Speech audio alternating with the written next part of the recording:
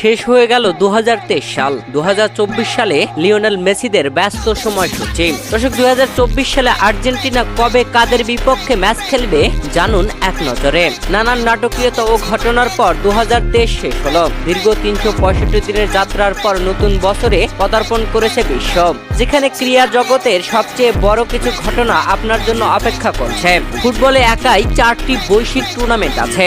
জানুয়ারিতে এশিয়া ও আফ্রিকার শ্রেষ্ঠত্বের লড়াইয়ের পর জুন থেকে জুলাইয়ের মধ্যে অনুষ্ঠিত হবে মর্যাদাপূর্ণ কোপা আমেরিকার টুর্নামেন্ট। 2022 বিশ্বকাপ এবং কোপা আমেরিকার চ্যাম্পিয়ন আর্জেন্টিনার জন্য একটি ব্যস্ত বছর হতে যাচ্ছে 2024। আঞ্চলিক কোপা আমেরিকা টুর্নামেন্ট রয়েছে, সাথে বেশ কয়েকটি বিশ্বকাপ বাছাই পর্বের ম্যাচ রয়েছে।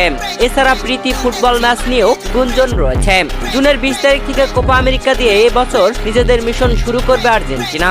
এর আগে মার্চে আন্তর্জাতিক বিরতিতে প্রীতি ম্যাচ খেলতে পারে আলভেসের